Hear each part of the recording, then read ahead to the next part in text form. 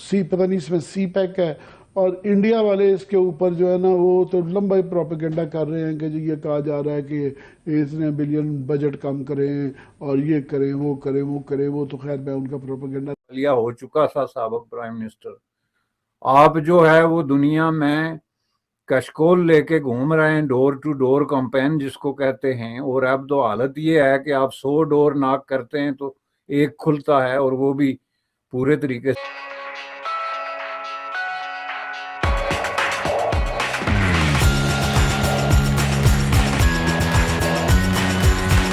کہ I am F کی شرائط قومی سلامتی بارے ناقابل قبول ہیں۔ سوال صرف ایک ہے، 11 مہینوں کے اس سفر میں اس نہج تک ہم کیسے پہنچے؟ کون سی ایسی شرائط ہیں جو ناقابل قبول ہیں؟ بھئی اس سے بھی بہت زیادہ خطرناک جو ہے شرائط، آف کورس سب کو ابھی تک جو پبلکلی آئی ہوئی ہیں کہ گیس کے پرائسز بڑھائی جائیں، بجلی کی، یوٹیلیٹیز کی، اور جو ہے لمبی چوڑی سبسڈیز ختم کی جائیں، یہ بلا بلا بلا لمبی وہ روز آتی رہتی ہیں۔ اور جو سب سے خطرناک آج جو سی پی این ای کی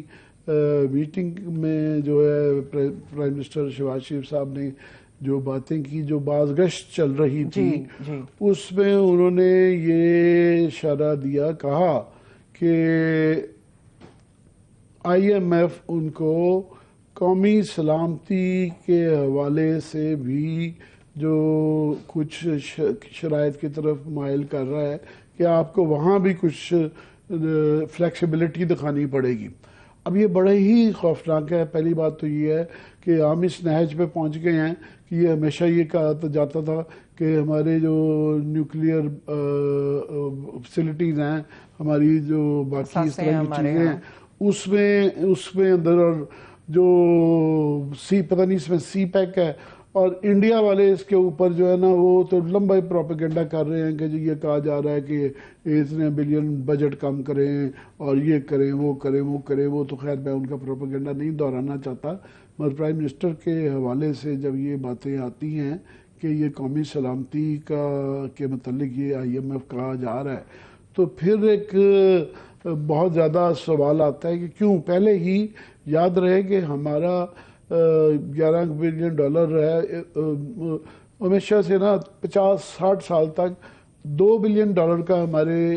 اور ان کے ڈیفنس بجٹ کے درمیان فاصلہ رہتا تھا۔ ہم بڑے چھوٹا ملک ہوتے ہوئے ان سے 10 گنا چھوٹی آبادی، کئی 100 گنا چھوٹی اقتصادیات کے باوجود جو ہے ہم نے ڈیفنس کے اندر $2 بلین کا ڈیفنس، اب ہمارا 11 بلین ہے، ان کا تو 70-80 تک کراس 100 تک لے کے جانا چاہ رہے ہیں چائنا کے ساتھ لڑنے کے لیے۔ تو اور اس کے اوپر یہ بھی ساتھ میں اب اگر شرائط آ رہی ہیں اور کسی ملک سے نہیں آ رہی، آئی ایم ایف سے آ رہی ہیں، تو پھر انسان بڑا اس پہ پریشان ہو جاتا ہے کہ ہمیں یہ ہماری غلطیاں تو ہیں ہی ہیں، مگر یہ کوئی لارجر کوئی انٹرنیشنل یہ اس کے پیچھے کوئی سازش بھی ہے کہ یہ ان کو پاکستان کو کمزور کر کے فائنلی یہ رول بیک کروایا جائے، ان کو ملیٹریلی کمزور کیا جائے۔ تو یہ ایک بڑی تشویشناک ہے، مگر بس یہ اس میں صرف یہ ایڈ کر دوں کہ یہ پتہ نہیں کب آئے گا، یہ 2 دن کا کہتے ہوئے ہمیں تقریباً کوئی 8-10 مہینے ہو گئے کہ کل ہو جائے گا، اور اسحاق ڈار کی اتنی کریڈیبلٹی ہے کہ جس دن وہ کہتے ہیں نا کہ یہ بس یہ 2 دن کے بعد آئی ایم ایف والی ڈیل ہونے والی ہے اور کوئی فکر نہ کریں، ڈیفالٹ نہیں ہوگا، ڈالر $3 کا بڑھ جاتا ہے، یہ ان کی کریڈیبلٹی ہے۔ اور گورنمنٹ کا ان کی حال یہ ہے، یہ شہباز رانا صاحب کی خبر چھپی ہوئی ہے کہ اتنا آسٹیرٹی کا شور مچایا گیا کہ جی ہم یہ کر دیں گے وہ کر دیں گے۔ 16 وفاقی وزراء نے ابھی تک جو ہے نا اپنی لگژری گاڑیاں واپس نہیں کی ہیں، اور بیوروکریٹ عدلیہ اور کوئی انٹرسٹڈ نہیں ہے۔ بعض بیوروکریٹ لگژری گاڑیوں کے ساتھ آف کورس وہ پہلے ایک بنایا تھا کہ جی ہمیں پیسے دے دیا کریں، وہ پیسے بھی لیتے ہیں اور گاڑیاں بھی لیتی ہیں، ایک نہیں لیتے، 3-3 4-4 لے کے گئے ہیں۔ یہاں پہ اسلام آباد میں وہ بڑے جاگنگ والے کئی افسران ہیں، وہ لاہور میں پتہ چل رہا ہے کہ کئی گاڑیاں لے کے گئی ہوئی ہیں، وہ لاہور میں بھی گھر رکھا ہوا ہے، یہاں کا گھر بھی نہیں چھوڑ رہے ہیں۔ وہ میں پوری ایک لسٹ بنا رہا ہوں کہ وہ افسران کون کون سے جنہوں نے 2 گھر رکھے ہوئے ہیں، لاہور کا جی او آر بھی نہیں چھوڑتے، اسلام آباد کا گھر بھی نہیں چھوڑتے۔ ایک مذاق بنا ہوا ہے، ایک قسم کی آپ سمجھیں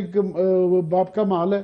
جو جیسے مرضی اس کو استعمال کیا جائے۔ تو یہ انہوں نے دعویٰ یہ کیا تھا کہ جی ہم اس سے 200 ارب روپیہ بچائیں گے. مجھے لگتا ہے کہ جو ان کے طور طریقے ہیں یہ 100 ارب ان کو ایکسٹرا پڑ جائے گا. 300 ارب پہ بات چلی یہ جائے گی. کلچر چینج کرنا ایک پرائم منسٹر شہباز شریف کے کہنے پہ تو نہیں ہے. اور وہ جو انہوں نے کہا جی S A P M honorary لیں گے, سب کے وہی پرکس چل رہے ہیں, سب وہ چل رہے ہیں. مریم بی بی کی دیکھیں نا, ان کے پاس کوئی عہدہ نہیں ہے, ان کا 30 گاڑیوں کا انٹورا چل رہا ہے, سیکورٹی چل رہی ہے. اور دوسری طرف عمران خان جو کہ ایک بار ایکس پرائم منسٹر ہے, ان کو وہ قاصر ہیں کہ ان کو سیکورٹی نہیں پرووائڈ کی جا رہی, اور الٹا پیشیوں کے اندر وہ ہوتے ہوئے جو نظر آ رہا ہے, اور یہ اسٹیٹ کے وسائل کو استعمال کر رہے ہیں. وسائل میں تو یہ بس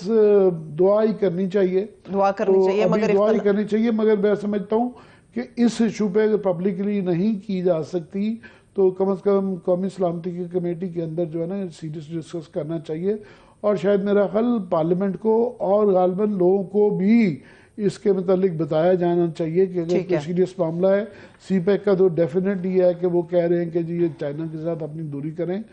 جہاں آپ کا ملک ایک آدمی کی بھی پہ ڈیپینڈ کرے کہ وہ آ گیا تو بچ گیا یا نہیں آیا تو دیوالیہ ہو جانا تھا,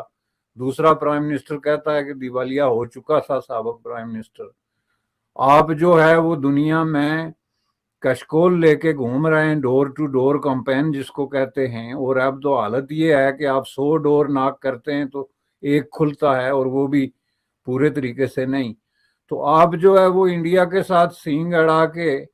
تو ان کو چیلنج کریں کہ آپ نہیں آئیں گے تو ہم بھی نہیں آئیں گے. آپ جو ہے وہ گلوبل ساؤتھ کی جو 150 ملکوں کے قریب کانفرنس ہوئی جو دنیا کی ارتھ شیکنگ قسم کا ایونٹ ہے, آپ اس میں نہیں گئے تو کون سا فرق پڑ گیا؟ کسی نے آپ کو کوئی خط لکھا, کوئی فون کیا, یا کوئی کہا بھی کہ بھائی آپ کہاں ہیں, کبھی کوئی کہیں ایگزسٹ کرتے ہیں یا نہیں کرتے؟ یہ جو دن بہ دن فورم بنتے جا رہے ہیں دنیا میں نئے نئے, اور یہ جو الائنسز بنتے جا رہے ہیں, یہ جو لڑائیوں کی شکلیں بدل رہی ہیں, نئی صف بندیاں ہو رہی ہیں, یہ انڈو پیسیفک اوشن, یہ چائنا پیسیفک, یہ ساری جو پوری گیم چینجنگ دنیا میں ہو رہی ہے, آپ اس سب سے باہر ہیں. تو کسی نے آپ کو کوئی خط لکھا کہ جناب آپ آئیں یا نہ آئیں, تو اس لیے آپ پہلے اپنا جو ہے وہ حیثیت دیکھیں, اپنے اوقات دیکھیں کہ آپ کا ایک اس وقت جو ہے وہ آپ ہائیلی ہے آئسولیٹڈ قسم کی کنٹری ہیں اس وقت. آپ فائنینشلی جو ہے ایٹ دی ورج آف کولیپس ہیں,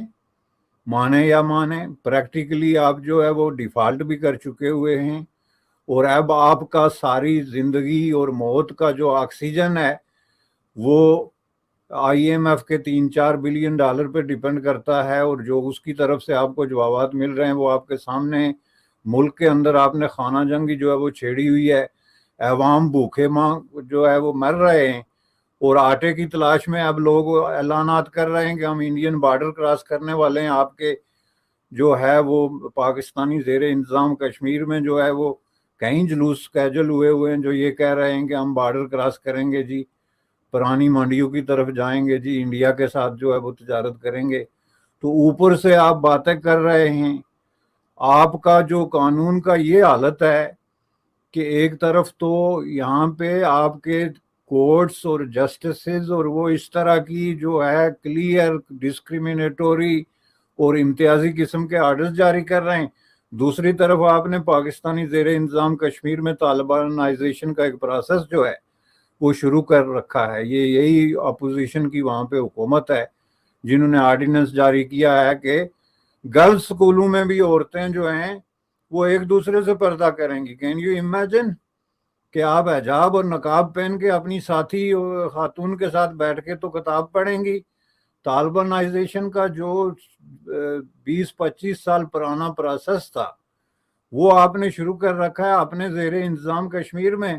اور تانے انڈیا کو دیتے ہیں کہ جموں کشمیر میں جو ہے وہاں پہ عورتوں کے ساتھ پتہ نہیں یہ ہو گیا اور وہ ہو گیا. آزاد کشمیر کا جو پرائم منسٹر ہے اس نے 40 کروڑ سے زیادہ سیکرٹ فنڈ تقسیم کیا, جہاں کی کل آبادی جو ہے وہ 40 ملین ہے. تو وہاں پہ کسی نے اس سے یہ نہیں پوچھا کہ جناب یہ سیکرٹ فنڈ پیسے ایک دیوالیہ ملک کے